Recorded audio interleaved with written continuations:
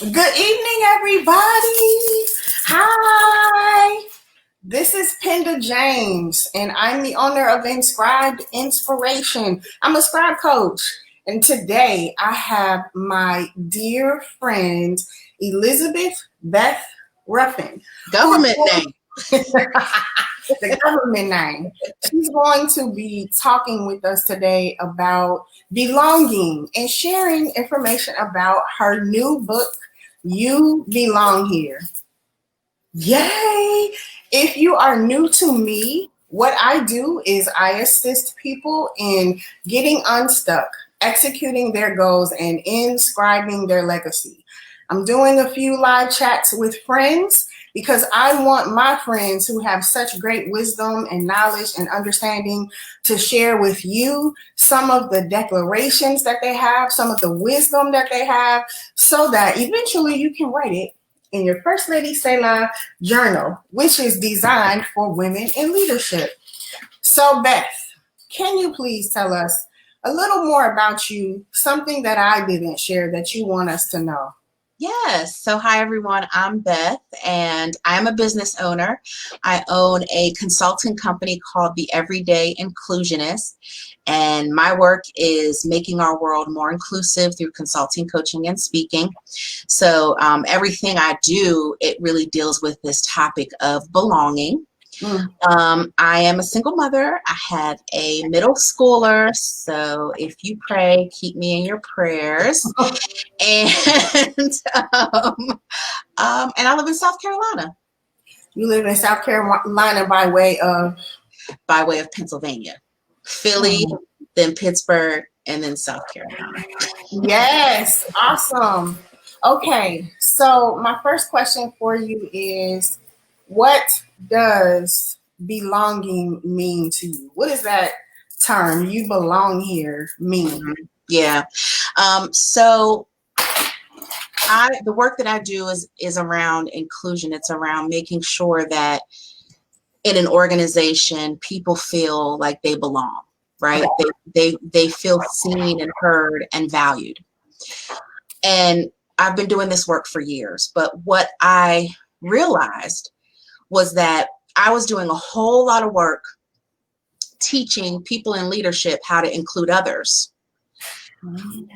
But there's really two sides of inclusion. Because yes, we need to include others, but we also need to do the work to include ourselves. What does that mean? Yeah, and so it's really about, it's not waiting around for someone to see your value. It's recognizing your value for yourself and stepping up. You know, we talk a lot about this table, right? So we talk about, giving people a seat at the table. Yeah. But I am a huge proponent in, let's start building some of our own tables, right? Like, stop waiting around begging for someone to see your worth and your value. And let's start building some of our own tables and inviting people to that table. So how has belonging been a thread in your life? Yeah, growing up, I had friends, but there were many times where I didn't feel like I belonged. And even as an adult. But I realize now a lot of that was because I held back, because I had the perception that I wasn't wanted. And so I held back instead of stepping up, right, or raising my hand or joining. And so I think belonging, it's so important. As humans, we are built for that, right? Like, we were built to be in communion and fellowship with one another. And so we all have that sense of belonging. But I think you have to value yourself first before anyone else will value you. So talk a little bit about how it has been a common thread in Beth's life. Yeah. I mean, it's really about that self-acceptance, as I think about the first half of my life so far, I spent a lot of that time not accepting who I was and not accepting all of me. I'll give you a perfect example. I am an empath. I am extremely sensitive and attuned to the emotions of others. I remember when I was 12, we were on the Pennsylvania Turnpike with my parents. We were going, I think, to Illinois, and we had stopped to get something to eat at a rest stop. And I saw, we were sitting down, and there's this man. He's by himself. He's just eating. Like, there was nothing out of the ordinary. But I looked at him, and I felt such sadness. And I started to cry. And I didn't understand it. And so, like, even through my early adulthood, like, I would just have such strong feelings, and I didn't like that about myself. And so whenever someone didn't vibe with that, right, like, I felt like, oh, I don't belong. But I had to accept for myself that that is a characteristic that God gave me, that is a gift that God gave me. Because now, as a coach, when I'm working with someone and they tell me something, I can see what their truth is. And so I value that of myself. And now people come to me for that, right? Like, they come to me because they sense that gift in me. Like, I can get in an elevator with somebody, and after 30 seconds, I will know their entire life story. Right. And so let me loop it back. And so, so for a long time, I let that super sensitive part of me exclude me from things. But once I began to value that in myself, then others began to value that, and I began to walk in that. I almost went into the whole girl clapping voice, because when you started talking, it really brought something up in me. Now, I'm an empath too, and people don't understand why I respond or react a certain way. And so sometimes I say to myself, or have thought in the past, I don't belong here because people didn't understand me. But what I've come to recognize is that I am on assignment wherever I am. Yes. And so this is just so poignant with what you're saying about you belong here. If you think about it from the perspective of, like, yes, I belong here because this is where God put me, that changes the whole perspective of how you operate in any given situation. So thank you for that, because I'm not on that. Come on now, own it. And let me add to that. You belong here now. Oh. Have you ever said, hey, when I become this, or when I get to this, or when I achieve this, or when I have this, right? Yeah. It's like, no, you belong here in this present moment, right as you are. That's when I'm like, slapping on the shoulder, like, girl. Yes.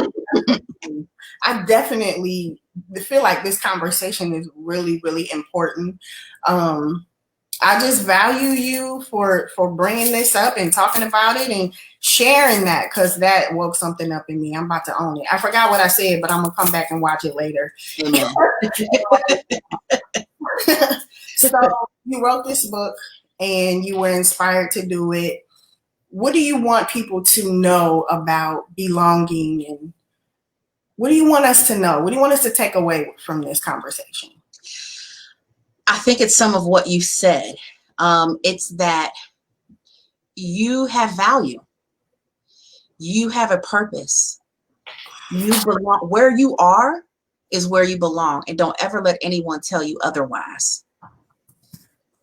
I want somebody to finish reading this, and the next day someone says, there's something different about her or him. They're walking differently. They're acting differently. They seem more confident in themselves. I want there to be that change. I want what I see in people, I want them to see in themselves. So you work in the diverse, people who are just now joining us. I want to just kind of recap a little bit and go back and just reintroduce myself. I'm Penda James, and this is my dear friend Beth. She works in diversity and inclusion. Last year, she came off of her corporate job and started her full-time consulting business, and she's been grinding, writing. She wrote a book. Has it been, this is within a year, 2 years. Yeah. So within 2 years, she's published and written 2 books. And this book that we're talking about today, this topic that we are talking about is You Belong Here. And what I want y'all to do is, if you know somebody who is feeling that imposter syndrome, or they don't feel like they belong in any given situation, share this broadcast with them. I don't like when people tag me and don't say something. So tag them and say, Penda, I saw this video. You might enjoy Beth. Do that. Help people understand, and let's get this conversation started about God gave us an assignment and we belong here. No matter what other people may think, we belong here. And as my sister says, we dim our shine. We walk into that room. I've walked into a room and I can feel and hear what people are thinking and feeling too. Especially being a pastor's wife, it's like 900 people in the room. And I've been like that, just like you, just like a kid. And I remember walking into spaces, touching somebody and crying, and I'm like, what in the world? Mm-hmm. Why am I crying? That's a gift that God gave us. So we can't feel like we're not appropriate because of our gift. So I want you to read something for us, Beth, from your book. Give us a taste. Yeah. Okay. All right. So to insist is to demand, to be firm, resolute, to emphasize, or to assert. I got my first office job at the turn of the 20th century. Oh, wow. That makes me feel old. Anyhow, upon arriving for work the first day, I attended orientation and was given the expectations that I was to uphold. I was to work 9 to 5 each day. I was to take a 30-minute lunch. I received 10 vacation days. I was to uphold certain performance standards. Jobs insist that you work a certain number of hours each week, that you conduct yourself professionally, and that you meet certain accomplishments. They figured out the requirements that lead to success. The first step to self-inclusion is insisting that you will succeed. When you're reaching for a goal, completing a project, etc., sometimes you're the only person who believes that you can become what you want to become. There are people in your life who are not fully bought into your vision, and that's okay. You have to make the commitment to yourself that you're going to succeed. Shirley Chisholm once said, we must reject not only the stereotypes that others hold of us, but also the stereotypes that we hold of ourselves. So let me ask you, what are you telling yourself? What's the story that you tell yourself every day when you wake up in the morning? Are you telling yourself, yes, I can do it. Yes, I can reach it. Yes, I can be it. Or are you telling yourself, I'm not sure, I'm not certain, it's risky? There's research that tells us that your brain believes what you tell it.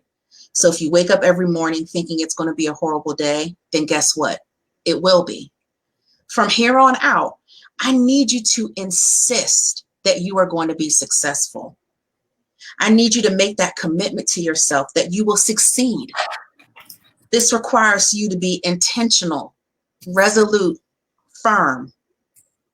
I know, you're probably thinking to yourself, it feels impossible. You have so many things to do and so many people to serve, but it's not. Believe me, I've been where you are. And that's why I created the success formula. And you have to read the book. You have to buy the book to find out what the success formula is. Now, I read the book. The book is good.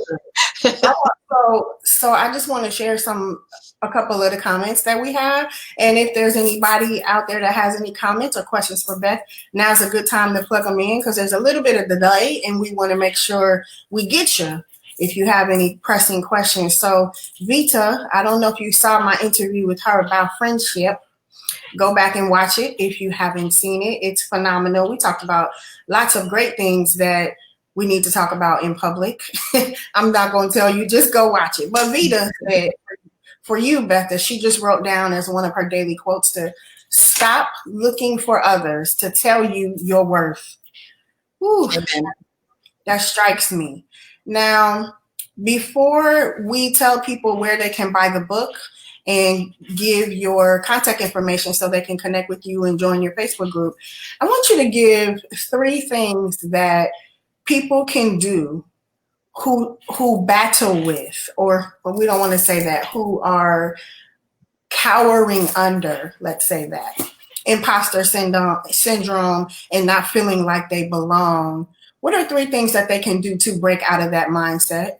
Yeah, good question. The first is you have to stop comparing yourself to other people. The comparison game will kill all of your dreams, your hopes, and your desires, right? Especially living in this world of social media where people put in front of you what they want you to see, but you don't actually see the truth. And so I always say the only person I'm competing against and I'm comparing myself against is who I was yesterday. So if that means that you may need to get off social media for a little bit, you may need to, do what it takes so that you can truly live in your value, right? The second is you have to go by the facts, right? What do the facts tell you? Because imposter syndrome it's a lie, right? Imposter syndrome tells you that you're a fraud, that you're not worthy, that you're all the good work you've done. But the way you combat that is with facts. And so I like to tell people, sit down and write out all of the things you've accomplished. Write out all your milestones, all your wins, and paste that somewhere. And when you start to feel that coming up, have it where you can look at it, right?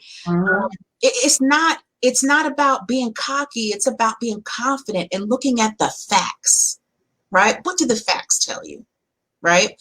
And then the third thing I would say is stop overthinking. So yeah, this is a hard one. Now, here's the thing. Overthinking, it leads to, anxiety, depression, right? All this stuff. What I recommend is stop thinking about problems and start thinking about solutions. So be focused on solutions. So if there's something that happened and you messed up, accept it for what it is, but don't obsess over the mess up, obsess over the solutions. How are you going to fix it? It's okay to make mistakes, but be focused on the solutions and not on what the mistake was. So 3 things that we can do to overcome imposter syndrome and embrace I belong here is to stop comparing ourselves to other people, go by the facts, and stop overthinking. Thank you, Beth. That's really, really powerful. Is there anything else that you want to say about belonging, about your book, or anything else that's on your mind?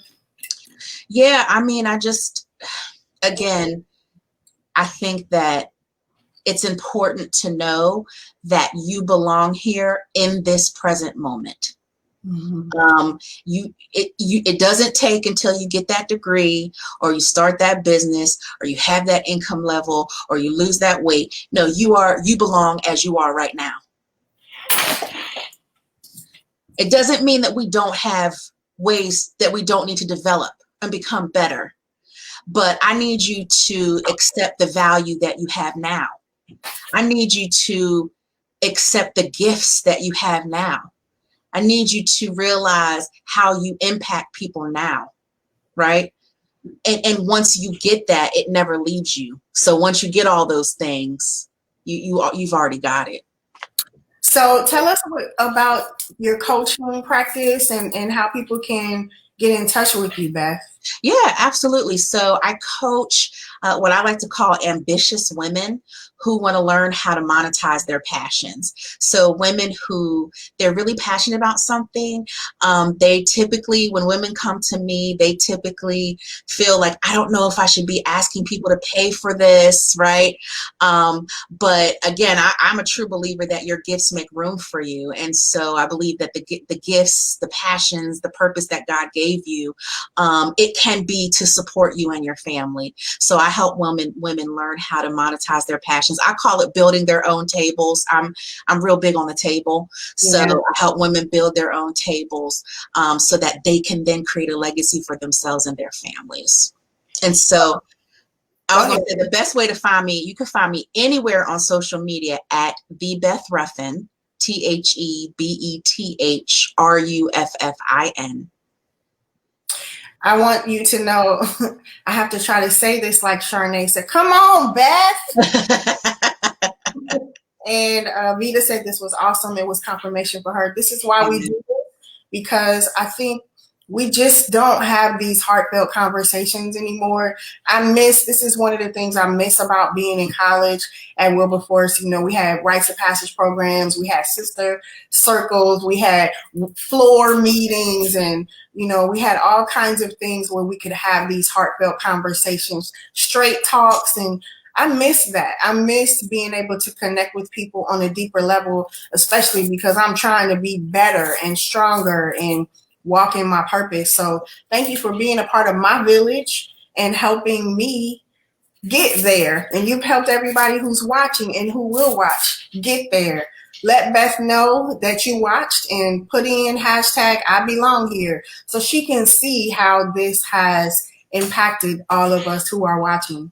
Beth, please end us with a declaration that you want anybody but women in leadership who will write in their First Lady Say La journal. Yes. What a declaration for them that they can put on a Post-it note or put on their phone or on their vision board. What is something that you want to leave them with? It's really simple. I belong here. That's it. Thank you, everybody. Oh, let me tell people where to get the book. Oh, yeah, I forgot about it. If you go to my website, BethRuffin.com, and then / you belong here. So BethRuffin.com / you belong here. You can pre-order the book, and everyone who orders it this month will receive a special surprise bonus. So, well, y'all get on out there and pre-order this book. She'll probably sign it for you, and let's just get out there and ignite our passions and do what we're supposed to be doing, because we do belong here. I appreciate you all. Thank you for joining. This has been fun. Thank you.